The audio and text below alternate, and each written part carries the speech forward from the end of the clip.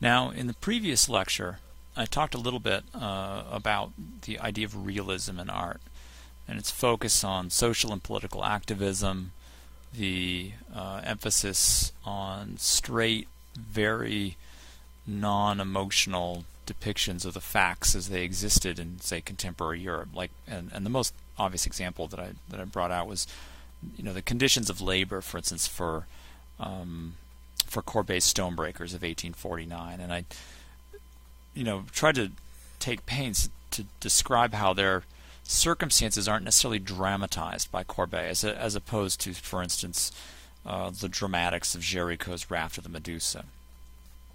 And this is a very popular option for a number of artists, and people reacted both positively and, as you can imagine, very negatively to this idea of art. They felt that art should rise to a higher plane, that emphasis toward idealism is always present, especially, of course, in the art circles of Paris, which is still heavily dominated by the concepts of the Academy, the Art Academy, no longer the Royal Academy since the French Revolution, not the same kind of academy anyway, but nevertheless the emphasis on the principles of past great figures in art, Raphael and Poussin, is still very, very strong. So there was clearly a conflict going on there that is going to, in a sense, simmer for quite a while before it finally is resolved with the shifting away, really, of mainstream art away from the academy, as we'll see in this lecture. One of the most important figures for finding, in essence, a third way away from the opposition between the realists and the academic school, one of the most important artists to do this was Edouard Manet. And we're going to look a little bit at his Déjeuner sur l'herbe, The Luncheon on the Grass of 1863. This is a really remarkable painting in a lot of ways. It does essentially a couple things simultaneously.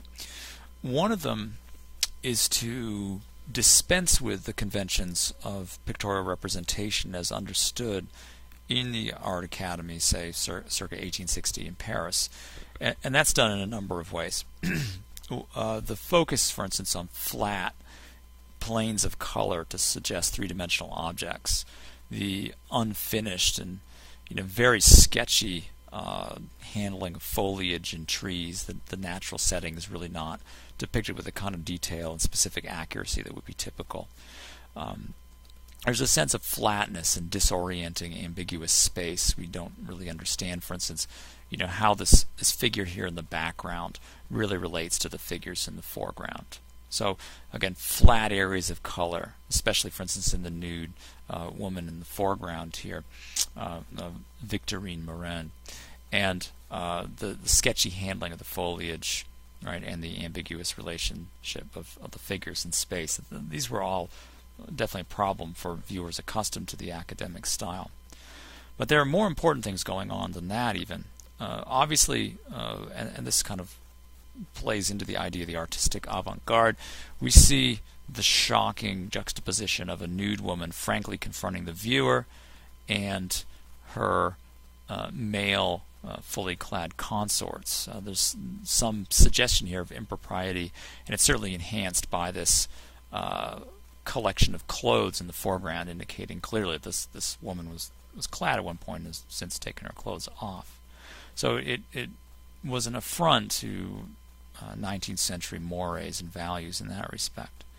But most interesting of all, I think, more even than the flouting of academic rules or the flouting of social convention, is the degree to which the painting calls attention to itself as a work of art. So that, for instance, when we look at the painting, we are being asked to question the very idea of art itself. So how does this happen? Well, as I've already mentioned, the expectations of a conventional painting have been upset in terms of handling of space or modeling three-dimensional objects, or just even the depiction of natural forms. It's left a great deal up to the viewer. But there's also this sense of echoing the masters of the past, and the most prominent of these is it's going to be Titian. Okay, Titian in the Pastoral Concert or Symphony, the very famous painting in the Louvre. And there's no question that Manet is alluding to this painting by this juxtaposition of two young men clad with two nude or semi-nude figures in landscape. And we can see that pretty clearly if we put a side-by-side comparison. The positions are very, very similar. The landscape setting is very similar. And there's a sense that perhaps Manet is saying, okay, what's the real difference between the two? On what grounds can we really understand what it is that's being said in works of art? And there's also, when we talk about questions, we talk about judgment, a visual pun that's present in Manet's painting, and it's a reference to an engraving that was done after a drawing by Raphael entitled "The Judgment of Paris." A great pun right there. And we can see how this group here, these river gods and what have you, are seated on the lower right corner, and they're looking out at the viewer. It's a straight quotation that Manet has done here. And the Judgment of Paris, of course, is about beauty. Here we see Paris, the prince of Troy, choosing between the three goddesses, Athena, Aphrodite, and Hera. And of course the net result of all of this is going to be the Trojan War. This beauty contest is in many senses a farce. And one has to consider that Manet may well have had that in mind, that he thought this is a kind of interesting question to bring up. In essence, what is beauty? How do we decide beauty?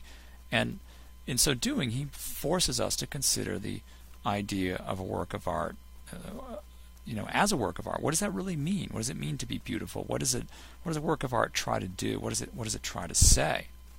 So, in a sense, that the shocking aspect of this is not the juxtaposition of the nude woman and the clad male, the clothed male, but instead that problem of suddenly, all the rules are potentially open for breaking, or at the very least examination, reassessment. Manet, I think, is very, very much aware of the effect that he's going to have, not necessarily on the Parisian art-going public, but on fellow painters and critics, as he begins to, in essence, deconstruct or unravel a seemingly solid fabric of understandings about art. Let's look at a couple details really quickly to see the really masterful way in which Manet has conjured up form, again, out of seemingly nothing, just patches of paint right here.